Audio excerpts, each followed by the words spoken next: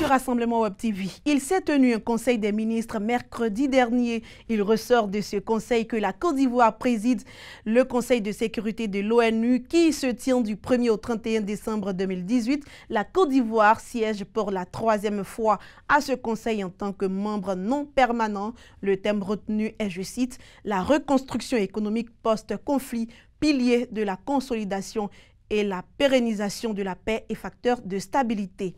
Le président de la République Alassane Ouattara a échangé avec les présidents de Afrique-Sim-Bank et de la commission de l'UEMOA. C'était au palais présidentiel hier. Cette visite de courtoisie a été l'occasion pour les deux hommes de discuter sur les différents projets que Afrimes-Bank finance en Côte d'Ivoire.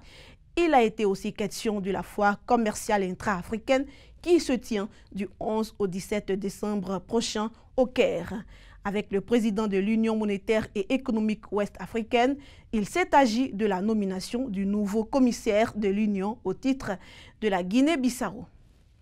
Le Premier ministre Amadou Gon Coulibaly a inauguré un centre commercial d'un coût global de 18 milliards à Yopougon hier.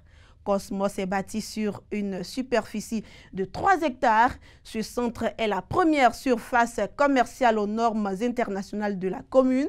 Selon le Premier ministre, le gouvernement veut mettre en place une véritable industrie de commerce adossée à des chaînes de distribution.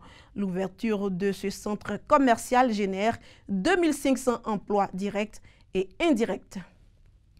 Bonne répartition des chargements sur essieu dans l'UEMOA, objet d'un atelier à Abidjan. Cet atelier réunit les gestionnaires des plateformes des établissements industriels et commerciaux au chargement des véhicules lourds de transport routier de l'Union économique et monétaire ouest-africaine.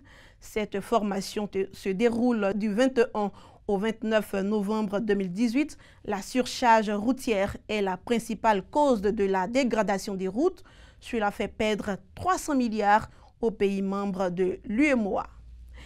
Les crédits bancaires pour les entreprises ivoiriennes passent de 4 milliards en 2015 à plus de 6 milliards en 2017. L'annonce a été faite hier jeudi par le ministre en charge des petites et moyennes entreprises, PME. C'était à l'ouverture de la 3e édition du forum La Finance s'engage. Souleymane Diarrassouba a encouragé les structures bancaires à mettre en œuvre des mécanismes innovants et soutenir l'industrie ivoirienne.